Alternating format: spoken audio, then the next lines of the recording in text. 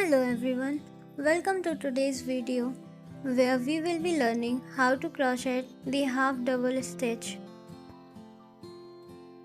I am using 10 number crochet hook and the wool is 8 ply wool. So let's get started. Make a slip knot. If you want to learn making a slip knot from scratch, check my video. I will put the link in the description below. The way I am making a slip knot is a little different, but I like it the most. It is easier to make a slip knot like this. Make a chain and that's it. The slip knot is ready. Now I am going to make a foundation chain.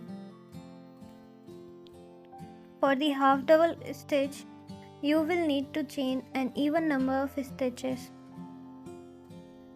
Also, keep in mind that the chain should be loose.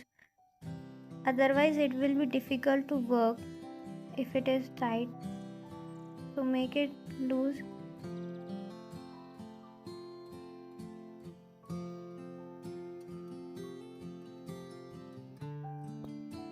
The foundation chain is ready with 12 stitches.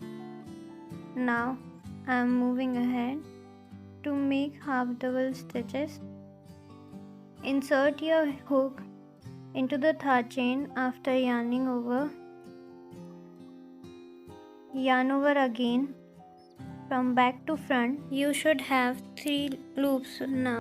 Finally draw the yarn through all 3 loops. The first half double crochet is ready. In this way, make the second one and now continue to make half double stitches in each chain.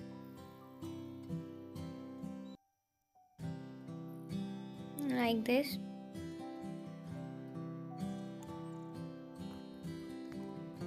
Half double crochet is slightly taller than the single crochet stitches and it is perfect for creating texture and adding height to your crochet work.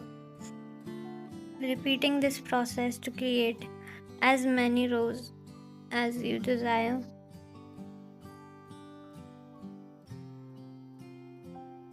Once you know the way of making half double crochet, you can make so many types of textures using half double crochet stitch.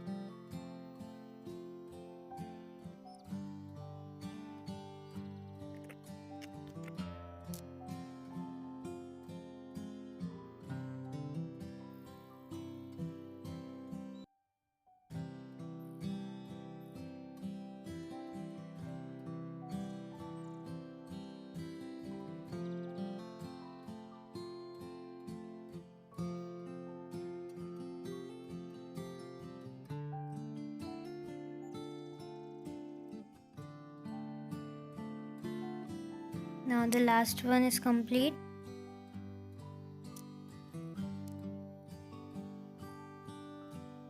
Look the V-shaped structure formed at the top of the crochet stitches. Now chain 2 and turn your work.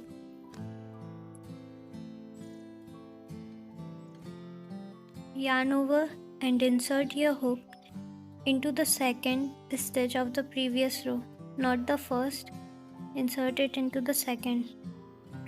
Yarn over again and pull up a loop. You should now have 3 loops on your hook.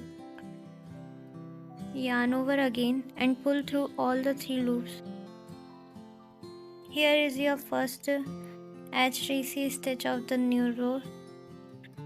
Now follow this process until you reach the end.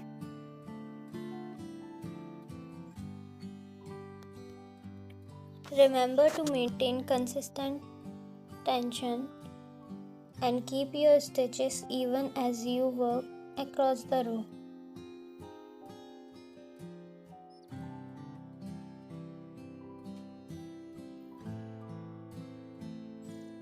Now look, it is looking uniform and neat just because I am maintaining the balance between the tension.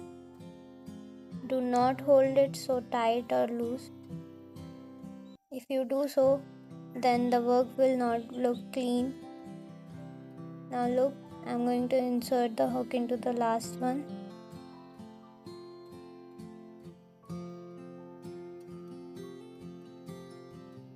Okay,